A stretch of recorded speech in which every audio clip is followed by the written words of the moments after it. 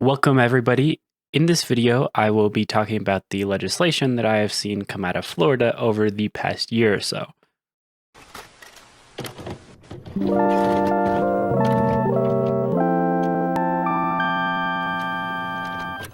Laws are a powerful tool that have historically been used by Western countries to oppress minority citizens and their own working class as a whole. And due to the hegemonic power of these Western countries, the present laws are seen as sacred and objectively right. Even if past laws can be acknowledged as bad, the present are never given the same scrutiny in mainstream media. That's why today I want to talk about what is currently going on in Florida. Over the past year, we have seen a wave of discriminatory legislation come out of Florida. The least egregious but still worrying example is House Bill 543. This bill makes a concealed carry license functionally obsolete. Before this bill, to concealed carry, you were required to have a license on your person while carrying. Now you only need to be eligible to be licensed. So let's think about the implementation of this. How are you going to regulate guns? Before, you only need to ask a person for their license.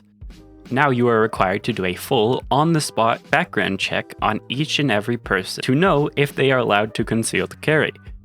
This alone is just more gun deregulation. The more pressing part of this is the circumstances that surround it.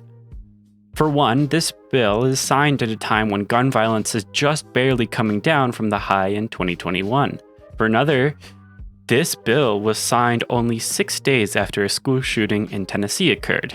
This bill was also signed in a completely private room where only legislatures, bill sponsors, and gun lobbyists from the groups like the NRA were present, establishing very quickly that gun violence was not even a second thought on their mind. Money was really the main focus.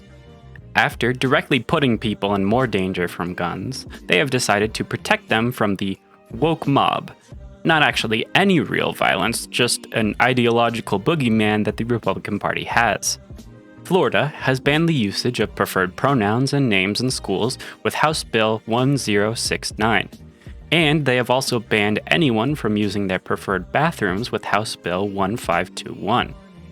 This is achieved by forcing all gender nonconforming people to identify with their sex at birth, which is just a bigoted and outdated thing to do.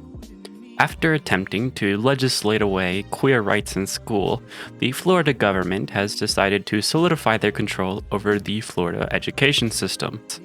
Senate Bill 266 gives the Florida government total control over all public school curriculum, enabling them to monitor, censor, and cut any courses as they wish.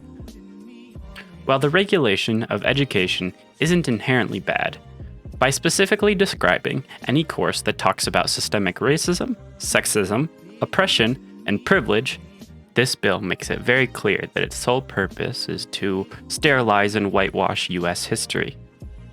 Since attempting to regulate and legislate away any gender nonconforming people wasn't enough, they've decided to just outright ban their existence. With Senate Bill 254, anyone under 18 is banned from receiving gender-affirming care. The state also has the right to take custody over anyone who is subjected to or is threatened with being subjected to sex reassignment prescriptions or procedures. The ironic thing about this law is that sex reassignment procedures don't actually exist. A sex reassignment procedure would be giving someone who is born a male, and I'm referring to sex, the ability to give birth. That just doesn't exist. The furthest that we have gotten in science so far is producing a fertile egg from 2 male mice. The reality is that humans are substantially more complex than mice.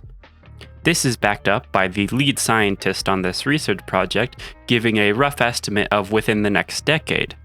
But even that estimate is viewed as very optimistic because we have yet to create even an egg from a human female, let alone a male. So the procedures that they are talking about do not exist. What they are actually referring to is gender-affirming care. Gender-affirming care refers to any medical procedure that helps a person reaffirm their own gender identity. This often boils down to a change in behavior or outward appearance. This can be anything from counseling, puberty blockers, to top and bottom surgery. Out of all of these treatments, though, top and bottom surgery are the only mainstream permanent treatment. And top and bottom surgery are rarely, if ever, done to anyone under 18.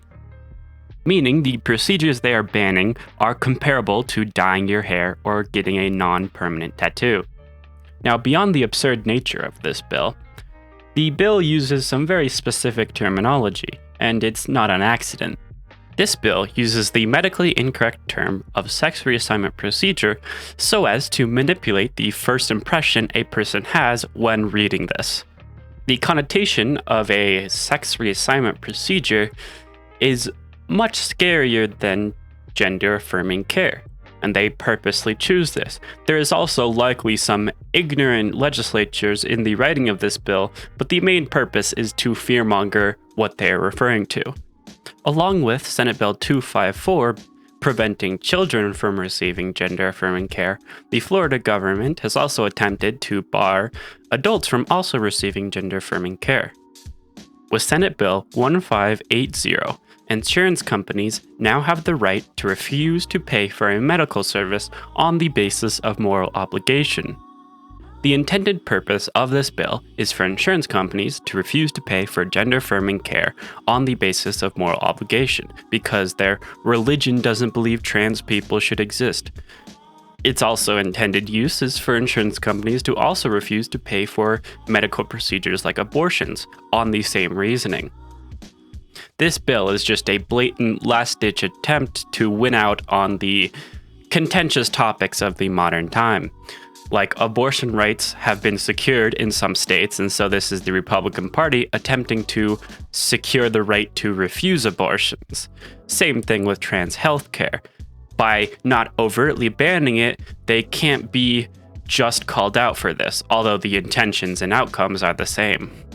Yet even when examining these bills, they seem just blatantly discriminatory and frankly just horrible.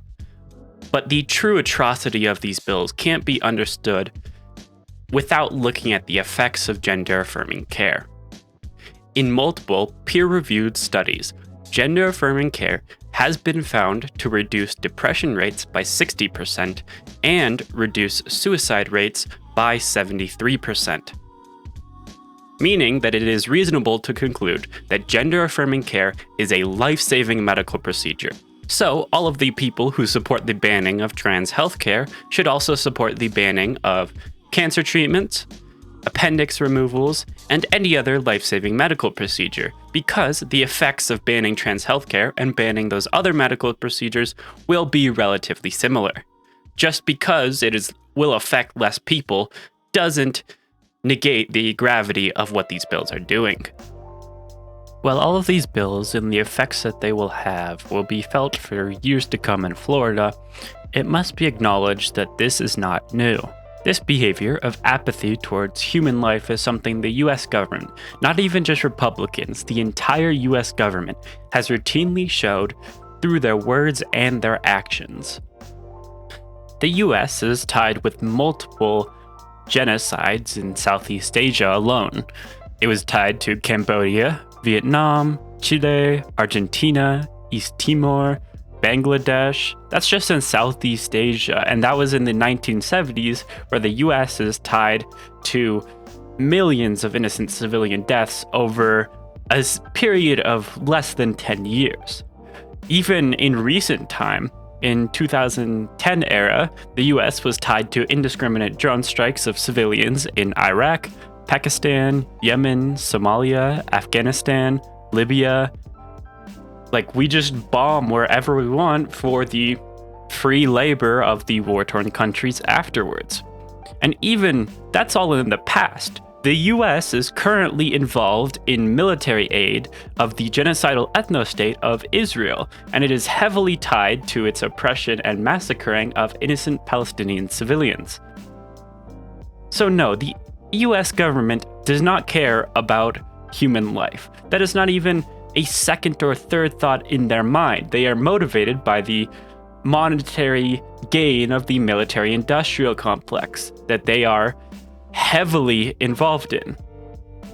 If any of this has motivated one of you to join an organization, get into activism, I highly push you to look beyond these sort of queer issues. Obviously, this legislation needs to be taken down, but that isn't just the problem. This legislation isn't just the problem, and neither is any other legislation. It's the entire system that not only enables, but promotes this sort of activity. But organizing is important. So get out there, get on the streets, go find groups, find people, form communities. That's what is super important right now to even start a possible movement. All right, that's all I really had to say in this video. I was planning to turn this into a big, oh, this is what happened to Florida. But as I looked more and more into it, I realized that this isn't new. This isn't a change. Sure, the sort of legislation that's coming out may not be accepted by the general public, but this behavior is not anything new. It's just that now the US citizens are affected instead of innocent civilians out in the Middle East or in Southeast Asia or the global South. So that's why, in the end of the day, this is just kind of a documentation of this legislation that's coming out.